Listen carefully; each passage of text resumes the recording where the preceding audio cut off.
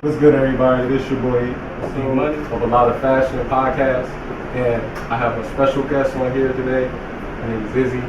Hi She's guys. an awesome adult content creator, and she's also a skincare specialist, which is pretty amazing as well. So she also knows a lot about the body. So the information she's about to give you is about some gems, about content creation in the adult world, and we got some awesome information today. Let's do it. Boy D Money, and I just want to let y'all know that we got the Build the Throne collection. We had to push it back a few weeks, but it will be dropping at the end of June. Make sure you stay tuned for the release date. Make sure that you're ready to pre-order these elite African Kingdom pieces for men, women, and kids. And we're gonna stay in the athleisure wear for the spring and summer. So stay tuned. Make sure you stay tuned for that release date, and make sure you also check out our new podcast, A Lot of Fashion, which will be dropping June 9th. Appreciate y'all. Stay tuned. Now we're going to get into our special guest, Izzy. She's going to tell us first and foremost, when did you decide to become an adult content, visual content creator, and especially known as a model as well? I would say it just happened to me, honestly. I feel like a lot of people are just like, yeah, it just finds you. Honestly, yeah, it did find me. I got into it from photography. I was taking my own self-portraits. Someone asked me to come onto a music video. Never did a music video before, so never did any modeling before that. Shout out Caesar for his video. After that, I met up with some girls, went through some modeling. Met up with a modeling group, got me into some more music videos. I was single for a while, and then I got into a relationship. I knew that once I got into a relationship, I would be open to OnlyFans, because it's like, all these people making all this residual money off of it, why not me? Right. You know, I just personally, definitely. And I felt as though the only thing that was stopping me from doing it while I was single was that that wasn't the type of content that I enjoyed watching. So it wasn't really necessarily something I would enjoy making. It's not really, for me, fun to make that kind of content by myself, if you know what I mean. Right. It's more fun when you have a partner. Indeed. It totally makes sense. And it also makes it more lively too. Like, you know what I'm saying? Yeah. Like, it's more, in the moment, it's more like, sensual. It's not like, something like, you're just trying to promote something. Yeah, I tend to tell people that I'm a sensual spiritualist, and they're not really sure what that means, so this is a perfect opportunity to explain it. Yeah, sure. We're going to have that on the screen as well, too. So I do a lot of yoga, a lot of self-reflection, spiritual girly.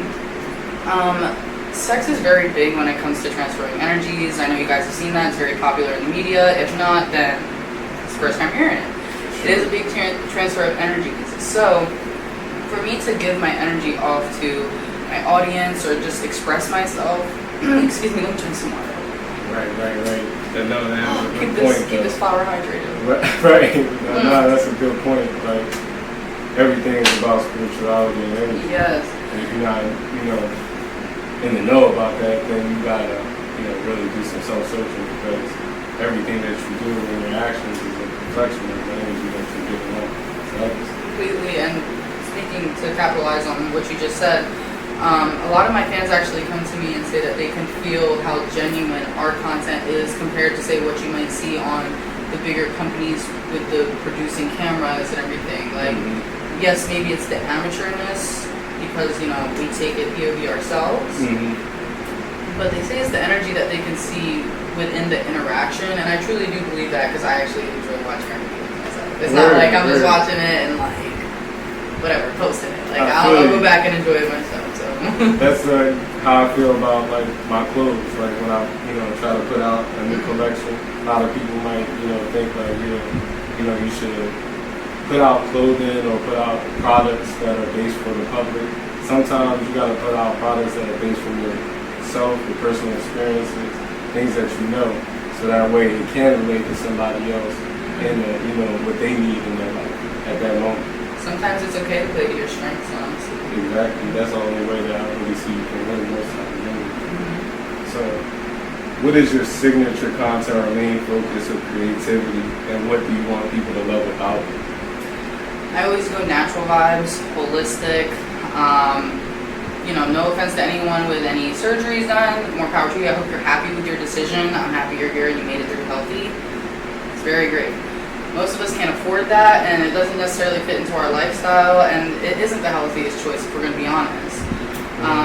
So I do like to promote that with modeling, like being in music videos. Like I want to continue to work up the ladder in my own career and help other women like myself that you don't necessarily see put to the front of the media to be in music videos. Right. For example, like Ashley Graham, I know she's like a big plus size model. Right. But like she's again just modeling in swimsuits. The one lady with Savage X Fenty, I think her name is Tabria. I love her. She's with Natural Models. Okay. She was in some music videos, but she was only in like say Meg Thee Stallion music video. Right. Yeah. She would promote that. But I can give a big credit to like Carson Fontaine, her man. He has a lot of natural women in his videos as well. Okay. I So, didn't even know he was an artist. Yeah, he makes really good music actually. Yeah. He has a lot of natural women in his videos, and I think it's really good for the media to see more natural bodies, regardless of how they look, how they may come out, like flaunted to the front. Because to me, being a baddie is all about the energy that you give off, and that's purely it. Honestly, it's not how crazy I can get, who I'm gonna beat up here, how much money I'm doing here, how many people want to do this to me. It's your energy that you give off, like empowered women empower women, like. Honestly, to be a baddie, it's harder to attract females than it is males. So if you can attract the female population and get them on your side, I think that's a baddie. Like in my opinion, like if I'm comfortable around you, you make me feel comfortable, and vice versa. Like I think that's a beautiful thing, and to me, that's the baddest energy that you can give off. I feel like the best business anyway is about community. Like once you got people around what you're doing, but also gaining something from it in a positive way, then everybody's winning. It's a win-win. It's not like, you're taking from that person, like most corporations try to do. So that's really good. I like that. What is your favorite or least favorite pieces of content you like to prepare and why? My favorite? I would say I love working with entrepreneurs like yourself, honestly, I really do. Again, working with the community, like it's the people around you.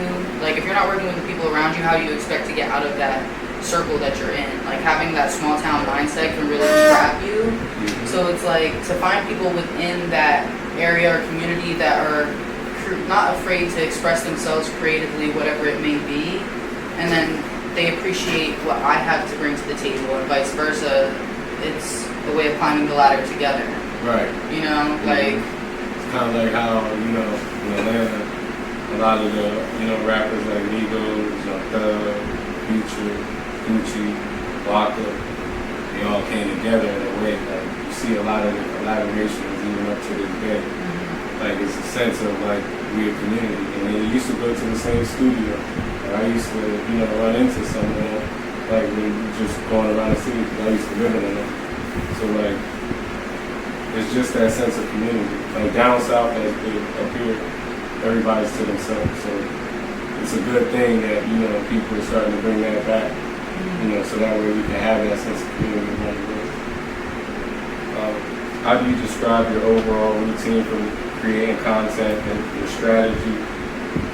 You don't got to expose your full thing, but just a strategy to it. I honestly do what naturally comes to me. If it's a custom, I always tell people it's gonna take, like for example, for my spicy content, if it's custom, I tell people it's gonna take a couple business days because I want it to come off as genuine as possible each time. Like if you rush me, like I might not be feeling it today. So when you're working with these creators that are entrepreneurs that aren't working with these big companies, like people do need to respect their prices and their time. It's like that for a reason, and if not, you're gonna get something that's cheaply made, probably not long, and really not that good, and you can tell that they're using fake effects like a lot of lube, pee, stuff like that. That's crazy. I never even and really paid attention. to go back on the question that you asked before, my least favorite content to prepare Right. would be anyone that rushes me for anything. Like whether it's modeling, music video, like I'm a pretty timely person. I do my things like genuine, like I said, genuine. Right. And like, you know, things are homemade. Takes a little more time. You gotta put a little elbow grease into it. Right, but no, that's a great point. But it's gonna be a lot better. So Yeah, that's a great point. don't be afraid to reach out to people in your community and find out what they're doing if you are a spicy content creator.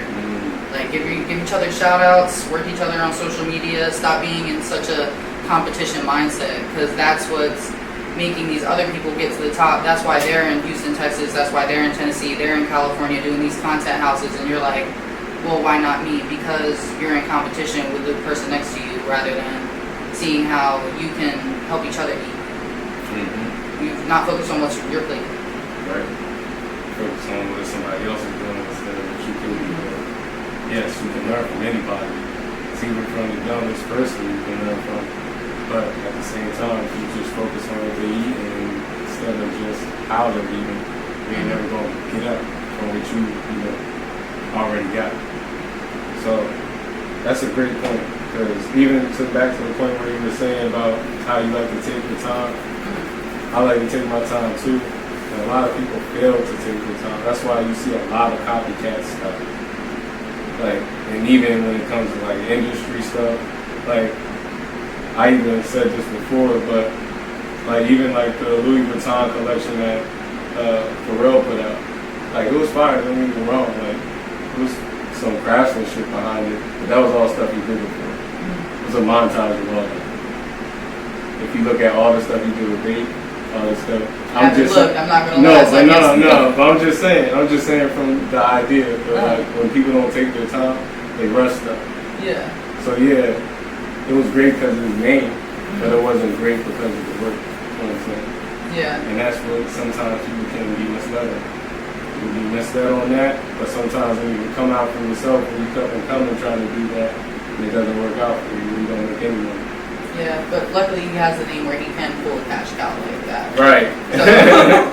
Yeah, but what's one thing you wish you knew that you had when you began your career, as far as like knowledge or mentor, or just something that? I would say less is more. Whether that's like with the expressions you're making, the body language, how people say everything is content, everything is genuinely content. I personally always try to say, if I had a better content space, if I had this, if I had that, rather than focusing on what I don't have, I would say. I would go back and tell myself, stop focusing on what you don't have and focus on what you can do to make something shake in this situation. Right. I was about to say, a lot of people used to say that about me, even when I was, maximizing my space. Because like I've seen spaces, but at the same time, like still maximize it to keep things going, to promote the name, to scale things up to where I can be here today. And that's something that you gotta learn to do, is adapt to a situation. Because a lot of people don't know how to adapt. They just sit there and try to do the same thing over and over again. And what they don't know is that's insanity. It will drive you crazy too. Right. There's a lot of crazy moments, I would say. Like as a content creator and as a creative, like you are gonna drive yourself crazy. Like can you attest to that? Yeah. When you're constantly trying to look at numbers, look at how things are scaling, see if things are growing or not, see if things are working or not. And it's hard really to see, at certain times with how things are analyzed through the systems that we use today. But if you actually pay attention to the smaller things within those numbers or within those things, then you also have a peace of mind. But see, for me, I look at the numbers, but I don't look at the numbers. See what I'm saying? Like I don't pay attention to them. But I know who I am. You see them, but you don't put an emphasis on them. Right. Like I know who I am as a person, so I'm not gonna, use that as my reflection. You know what I'm saying? It's just a matter of, okay, this is what I have to work on, as far as in this area, not my actual work. Yeah, you gotta think of the steps to get to Right. the level you're trying to get to. Exactly. It's like, everything has parts. So, one thing can be outstanding and then everything else can go to shit because you're not paying attention to everything else. You're just looking at one thing and thinking that's it. It's not. Everything has pieces, and if you don't, evaluate every piece, something can fall off and make it go into a domino effect. But I think you're thinking. I think we're on the same wavelength. I was like, yeah, it's gonna crumble. but nah, what is your biggest failure and what did you learn from it? Honestly, I would say my biggest failure is trying to be on the right track, do what's right. I went to skincare school. I became a licensed esthetician just to find out that most of the jobs are going to work crazy hard. It's going to be commission based. It's not going to be right into the money. Honestly, as a career, it might be something more fun for, say, like someone that's preparing for retirement.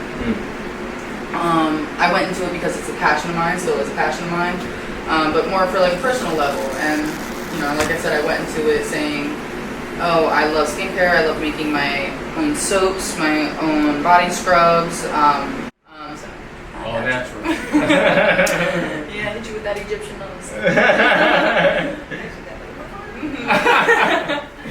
But I would say that's my biggest failure, and it would say to keep trying to do what is seen as correct. Because I did have softball scholarships. Like, I went to Drexel on a softball scholarship, and I left after 2 years. I went to Quinnipiac up in Connecticut, and then I transferred to Drexel. So I was on my shit. I was doing my shit. And sometimes being on your shit for other people is going to land you in the worst spot possible for yourself. Right. So that would be my biggest failure, but that is also what became my chrysalis into modeling and being a creator. Yeah, I get you. I mean, I can kind of add to that. I mean, he can attest to, like, when I was 18, used to have an internship at Baldwin's down on 4th Street in South Philly. Had that for about 4 months. Fucked it up because, he thought I was selling weed out of the spot. Oh, Lord. And then, I got accused of other things because of, that stigma. But at the same time, now we have a cool relationship, like we've been in talks. But it's just things happen. And you gotta learn, like I said before, to adjust from those situations. Take what you can from it, keep moving. Want to be the 1%. It's hard to be the 1%. Right. You're part of the 99, right? It ain't easy being green. Right. What advice would you give someone wanting to pursue a career similar to yours, or exactly like yours? To be open, to stay creative, whatever keeps your creative juices flowing, stick to it and stick to a routine. Find what routine works for you, whether it's doing a simple yoga every morning. Like personally, that's when I'm on my grind, is when I'm doing a simple yoga routine before I go to bed and when I wake up. If it's something as simple as that, making your bed, just make sure you're still taking care of yourself along the way. Being a creative, being an entrepreneur, going off the tracks, really hard to keep yourself in line. Like, you're not really sure where you're going. So to have a direction, it's definitely the way to go. I mean, I definitely can attest to that part too. Because, like, with my podcast, with the web series that I have going on, like, you always gotta have like something new, but at the same time, it has to tie in what you talked about before. Yeah. Like, it's like, it's gotta be a step for everybody. Like, feeding people. Like, you're not just, what I'm saying? Yeah. Putting shit out there. Like, when you just put shit out there, you might catch some views, but that's not the point. When you feeding people, then they gonna respond. Yeah, I would say, like, the hardships, Mm-hmm. Like, be ready for the hate, be ready for the love, like, all of it. Yeah, I mean, it's true. That comes with it, especially in the beginning, because not everybody is, used to. But what you call it? Yeah, I would just say everybody's gonna hate you in the beginning because of the simple fact that they used to the old you. It's just that simple. They used to what you used to do, how you used to be, and they can't see you better than them. That's how they think. And it's okay. Because that's how they really just see themselves. It's not you. You just gotta keep going and going and going until they figure out that you really are better than them. And not in the sense of being better than them, but just have more to give. And that's all it really is. What is the... I was say I'm gonna add one more thing. So if you're talking about spicy content in particular, like dealing with your family and your parents, like deal with them head on. Like I don't deal with it head on. Like I wouldn't be like, yo, like I'm posting my nudes. Like, but you know, it's gonna come up. Everyone's on the internet. So take it with grace, you know, hear how they're feeling, you know, be understanding. Even if you're not understanding at the time, hit them with the, I understand this will be difficult, but at the end of the day, like, this is my decision, my life, my body. You know why you got into it. Just explain it to them like the adult you were to start the content. Yeah. What are the best resources that have helped you get along the way? Best resources? Networking with entrepreneurs like yourself, honestly. That's the best resource I can really put out there is put yourself out there. Right. Mm-hmm. Yeah, that's good. You gotta be willing to learn from other people that are building themselves as well. For sure, you can't be the smartest person in the room all the time. Yeah, like are you know, on the Forbes list? I don't know. Like, you know what I'm yeah, saying? exactly. I'm gonna try to learn from them though. Right. You know? Shoot. No shame in it. Everything is a learning experience. Yeah. Every moment. Who are the 3 people who have been the most influential in your life? You can think of anybody. 3 people. My mom and my dad, I guess, in different ways. My dad was always very providing. Right. He's very nurturing. That's good. Yes. My mom, a hard ass. Definitely a hard ass. Well, she's your mom. She wants you to be a woman. Yes, and she's Latina. Right. So, Yeah. you know, how I ended up in spicy content, I don't know. I love you, Mom. Maybe you saw what the world was really Yeah. about, and that's what it is. Man, who else? I'm trying to think. I can't think of a third. It's hard because I'm an only child, so really I spent a lot of time with myself, self-reflecting, like... It's okay to say yourself. Yeah, I guess, like, myself when I'm really on it, like, Right. I know where I can be, so I've looked to that version of myself because I know where I can be, and I'm going to constantly surprise myself, and I know how I can manipulate my energy to my benefit. I just have to believe in myself. Exactly. It's all about believing in yourself, you know? That, and also staying focused Mm-hmm. and disciplined with what you're doing, because Creative in the drawing aspect. I stopped taking art as soon as I could stop taking art. My handwriting is horrible, like everything about this is not it. I feel you. So the best way that I feel as though I could put my creativity out there would be through photography, modeling, like color coordination, like that's where it stems from. So I guess, yes, I can see myself being a creative and entrepreneur. I never saw myself working for anyone.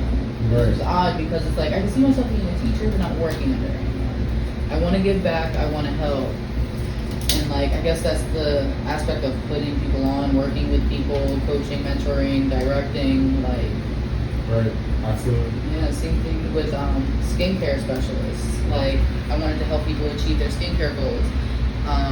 When I was growing up, I always had eczema, which is actually pretty ironic. I actually always had eczema under my butt cheeks, Right. on both legs, which as a girl growing up, that kind of sucks.